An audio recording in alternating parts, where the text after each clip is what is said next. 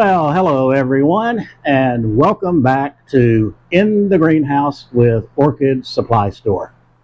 I'm Ken, and I'm going to be walking you through this today. I'm going to show you a few different things. One of the things is the maintenance. What do I do to the orchids to help them survive? And we spray for bugs, we spray for fungus, and we give them something to eat with the fertilizer. And after that, I'm going to do a repotting.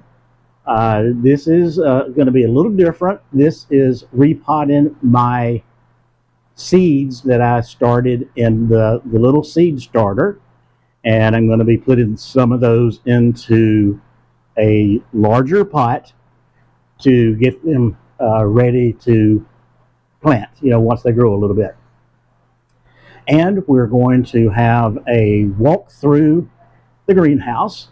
Going to show you what's happening in the greenhouse as of today, what's in bloom, a few things, not much, but because of the springtime, there's several orchids that want to bloom, and I'm happy for them to bloom because they really look nice. And then at the end of this video, I've got a little story to tell. It's a personal story. I think it's kind of funny. The reason I'm putting it at the end is if you don't want to listen to it, that's perfectly okay. You can fast forward right to the end of the video, and you don't have to suffer through me telling you my personal story. Okay, so the first thing is, what do I use to spray for bugs? And this is something that I do once a week, maybe once every 10 days. There's no set time. It's just, you got to do it, just to keep the bugs down.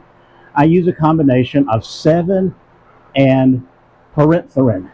Okay, the two of these combined in a sprayer, and I just spray everything, just go over it, and I don't go crazy with it. It's just a real fast spray over the top, and it settles down on the orchids, and this seems to keep down or keep away any bugs that may want to come in. The only other thing that I have a minor problem with is on the Phalaenopsis, the little white fuzzy mealy bugs. I don't know where they come from. I don't know how they get in here. I just don't know, but they do love the Phalaenopsis, and if you spray this stuff directly on them, it'll get rid of them. But what I will do when I see them is I use alcohol. I have alcohol in a spray bottle, and I use 91% alcohol, the strongest that you can buy. Well, I guess the strongest I've ever bought. And I spray it on the leaves and the stalk and the stems, and then I'll wipe it down and clean it. This gets rid of the mealybugs. Okay, so the next thing I do is I spray for fungus. I use a combination of the Physan 20 mixed with a little neem oil. Oh, and hand soap. The hand soap is good for the organic cleansing. It keeps down a lot of things. The neem oil, same thing. It's very good to keep down problems. It kills bugs also, but it's good for fungus. And then, of course, the Physan. This really works on the fungus. It's a preventative. If you already have fungus, you may want to go with something a little bit stronger. I have some of the copper sulfate that I'll use if the fungus is on it and already established, and that copper will really get rid of any fungus. So I spray everything down with a solution of these 3 items. And then finally, you got to feed them. They're hungry. So I use a combination of the Better Grow Orchid Plus and CalMag. Now, sometimes I use the Better Grow Better Bloom. If they're younger plants and still trying to get established, as most of mine are, I use the Orchid Plus. If they're already established and they want to bloom, then I'll switch over to the Better Bloom, and that encourages more blooms. So that's what I use, to feed the orchids. And I do this, like I said, about once a week, once every 10 days at the most, so it's a regular, every week, every 10 days, yeah, and I do it. So, and I put it in a hand pump pressure sprayer, and spray everything. Okay, so that's what I do there. Now, okay, the next thing I'm going to show is I am going to pot up some of my seedlings, that I started in the seed tray, and going to put them in some larger pots, getting ready for them to be planted in my garden. So I've already taken the seed strips and I've cut them into the little cubes, and this is some tomato, and what I'm going to do is I'm going to set that little cube right, and I've already filled all of the pots with some potting soil. The little cube is going right in the center, and I'm filling it in with the potting soil, and that one is ready to go. Okay, I had to run out for just a minute. Had to run to the drugstore for my wife. She's had a real bad cough, and she just needed some cough medicine. So let's pick up where I left off. Okay, so I just potted this one, and it's ready yet to go. So it goes over in the whole tray. Let's go to the next one. Again, just sit it right in the middle. Take some potting soil. And I don't know why they call this potting soil, because it's not really soil. It's a combination of several things, but I don't think there's any dirt in it at all. So that's definitely a misnomer. It's a potting media. Okay, number 2.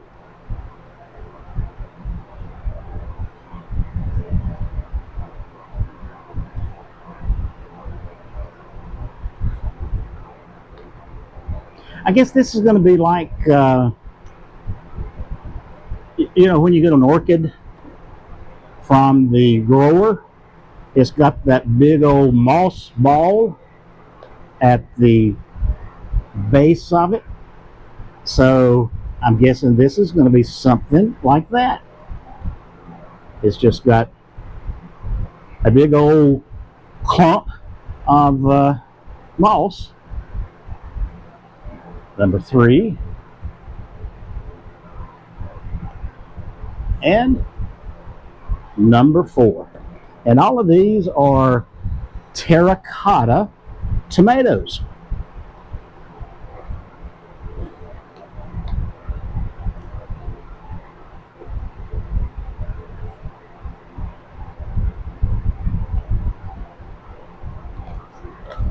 Just filling it up. Putting enough around the stalk so that it stands up somewhat straight. Okay, so that's 4 tomatoes. I'm going to do a couple more. Let's see. I'll just do these 2. This is a petite melon, so some type of cantaloupe.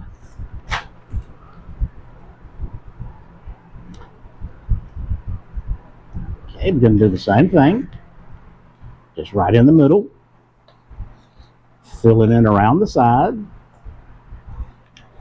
so that it will stand up straight. Number 1 melon, and number 2 melon. Now, I'm not going to make you sit there and watch me pot up all of these. I think I have 20 of them. I mean, when you see one, you see them all. So there's no need for you to suffer through it. So I'm going to finish this up and I'll be back in a minute. Well, welcome back. I've got all of the seedlings planted in the black pots. What took me about 20-25 minutes, you only had to sit and wait for maybe 2 or 3 seconds. So that's why we do it this way. Okay, and right now we're going to go take the trip through the greenhouse, and it's not going to be an in-depth, it's going to be real quick, just a zip around to show you what's there and the few that we do have in bloom. So I'll see you in just a minute. Hey, we're going to make a quick trip through the greenhouse. We've seen everything here multiple times, but there's a few things that are happening. Got one spike on this one right here running way up, so got a potential of a bloom there. Around the top here, and I showed this one the other day, but it has grown considerably and has multiple buds on it, so that's a good looking one right there. And as we come down, everything else is just about the same. The biggest thing that I see now is we're getting more and more holes in the shelf and gotta replenish it. Oh, I see something back there. What is that? Not sure, but I think that's a little star. Some bad looking leaves, I'll get those off in a minute. Okay, on my spider plant, it's putting off big long runners, so we're going to have some little babies on that one before long. And coming around here on the back, still nothing real new there. Anything up here looks like all of that's about the same. Yeah, they're just growing bigger and stronger. Okay, got one right there that looks really nice. I think I've got a couple more that are just about to come into bud. Again, you've seen this one multiple times, the white phalaenopsis mounted, and these you've seen multiple times. You know, they're still very pretty.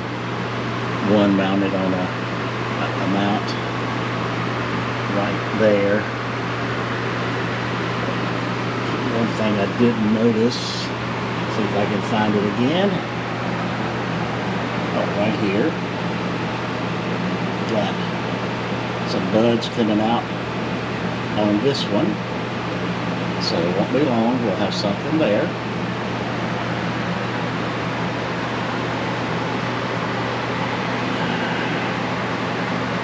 And I've always got this one. Seems like it's just there forever, which is good. Swing around to the dendrobiums. Oh, I've got one here that's got 2 big long spikes on it, so we're going to have something there soon. Anything else in here? Got one in bloom right there.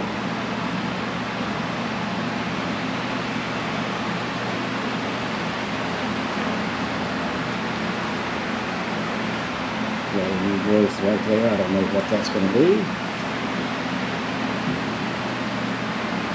A spike right there and that one, if you can see it. So these are coming along very nicely. Okay, here's my replants that we watched the other day. So these are doing okay. The Phalaenopsis that I put into the basket, and it's got this one big orange spot coming up there. Two lady slippers. One right here that's about to open just any day. Then I have another one right there that is coming along. And I saw another one, just a tiny little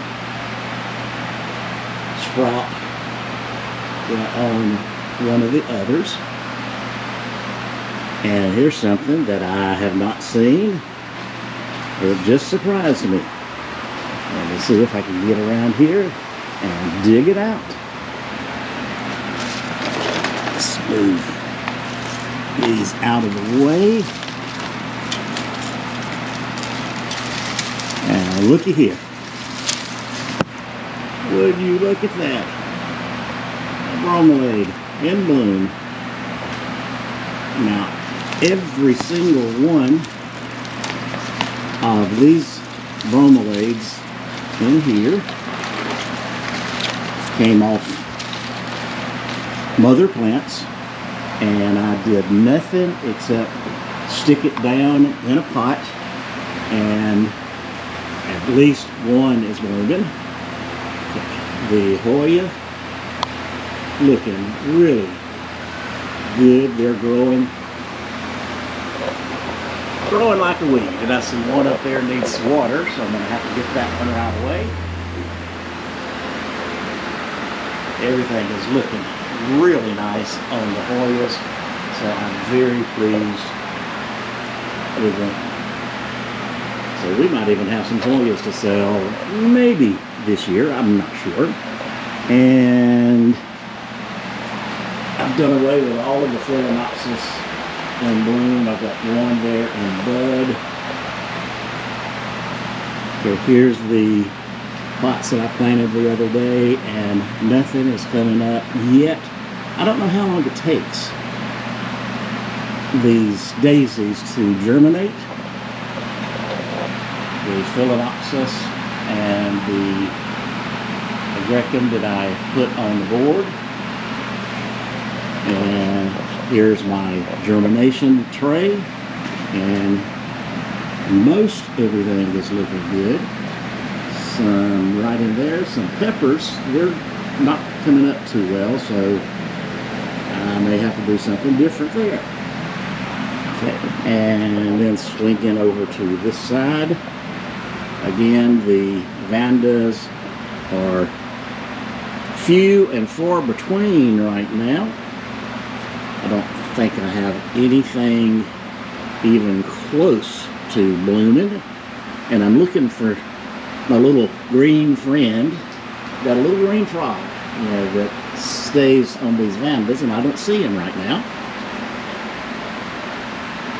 Okay, so what I'm going to start doing more and more this week is bringing in some of these small ones that they're not that small anymore. So we'll have a bunch of those available very soon. Okay, so that's the quick walk around, and we'll do something else in just a minute. Okay, welcome back from the speedy trip through the greenhouse. Hope you enjoyed it. There's a few things that you hadn't seen. I guess the bromelaid was one of them. Yeah, that one really surprised me. Just shows if you wait long enough, almost anything will bloom. Now, like I said, I've got a little story to tell. If you don't want to listen to it, that's okay. Don't care. It's kind of funny to me. But if you don't want to listen, just fast forward right to the end of this video and we'll pick it up there. Story starts out this past Friday. My grandson Nicholas had moved into a new house a few months ago, and most of the family had never been to his house, never seen it. I had not. So he decided to invite everyone over Friday night for a potluck dinner and so that we could see his new house. So that was what we were going to do. So my wife and I got, and we were supposed to be there at 6:30 p.m. Friday night. So my wife and I got ready. We got in the car about 15 till 6 because I'd asked Nick how long does it take, and he says, oh, maybe a half hour on a good day. You know, if there's a lot of traffic, maybe 45 minutes. So we left at 15 till 6, and I've never been there, didn't know where it was, had no directions. So I just told my car where I wanted to go, and it gets me there. I mean, it always has in the past. So we're going down the road, and we're coming up, we're halfway there maybe, and we're coming up to what is a major landmark in this area. It's a little bitty wide spot in the road town called Whitesburg, and there's a roundabout there in Whitesburg, and I kind of thought I knew which direction I wanted to go, but just before we got to the roundabout, my wife Sue, she reaches up and says, what's this? And she's pointing to the GPS screen. And I looked at it and I said, I don't know, I'll look at it in a minute and I'll let you know. So the GPS talks to me and it tells me where to go, and I thought that I was supposed to go to the second exit in this roundabout. It told me to take the first. I said, okay, I'll go along with that, because you can go down this road for a ways and you'll still be in the county, where Nick lives. So I take the first exit, and the amount of time and the distance, looked correct. Nothing had really changed. So we go a few miles and it tells me to turn left. So I turn left. We go a few miles further and it tells me to turn right. I turn right. A little bit further, turn left. Well, I'm getting deep into the country. We were going down the road, and it's raining like hell. I mean, it is raining so hard I could barely see the front of my car. So I'm going relatively slow because of the rain, and it's dark. Never been on this road before, and I'm doing 35, maybe between 30 and 35. And I come up, coming down the road, and I look out in front of me, and the road is gone. I mean, the road absolutely disappeared. But I'm still moving and kind of go over the hill, what was the road, and honestly, the road was there, but it must have dropped 200 feet. I mean, I thought I was on a roller coaster because it went way down. Well, it scared the absolute crap out of my wife, and she has high anxiety problems anyway. So she's over there, putting on the brakes and almost screaming, and oh my God, don't run off the road. And then she says, oh man, I gotta pee. And I said, of course, we're in the middle of nowhere, and she has to go to the bathroom. So I'm still following the directions, and it tells me to take a right, and then that tells me to take a left. And before I know it, I'm on a gravel road. So I kind of look around, and there's new house construction all around me. And I said, okay, this looks right. Nick's in a new area. So they just kind of beat the road up, and it didn't bother me that it was a gravel road. Went a little bit further, and I'm on a dirt road. I said, okay, I'm kind of wondering now. About another 100 yards, and it's a dead end. Road just stops. Now, this so-called dirt road, I bet it wasn't 12 feet wide.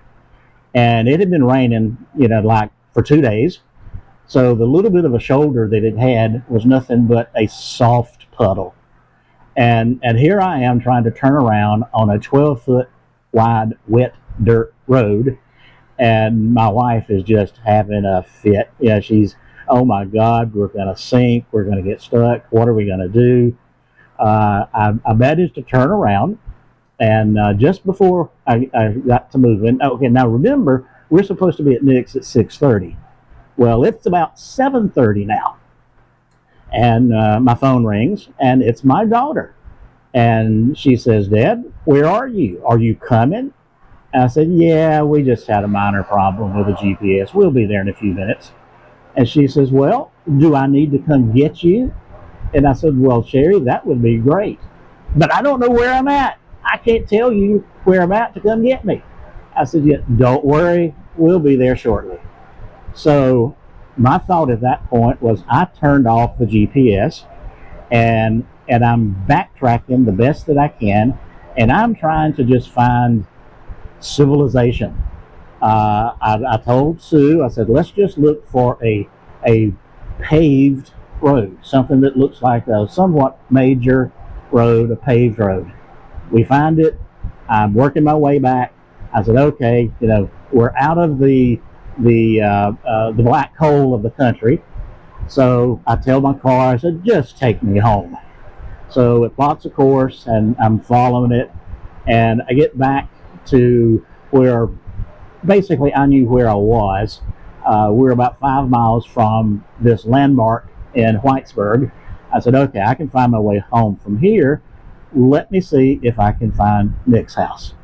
So told my car to set a course to Nick's house, which it did.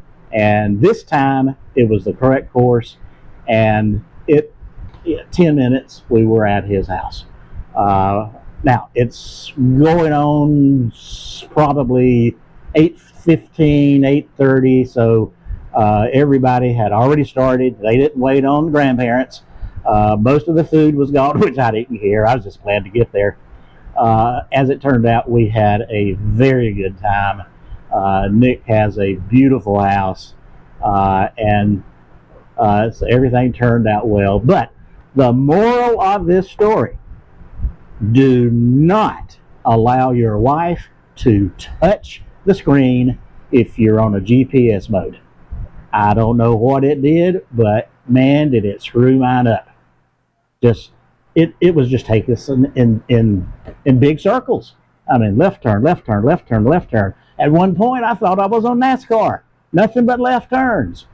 But we managed to get there. We managed to have a good time, and everyone is safe.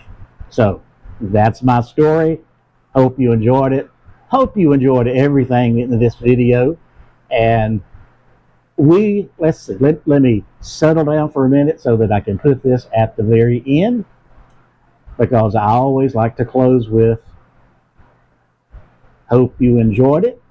If you liked the video, subscribe, leave a comment, and let's do this again. So you come back now.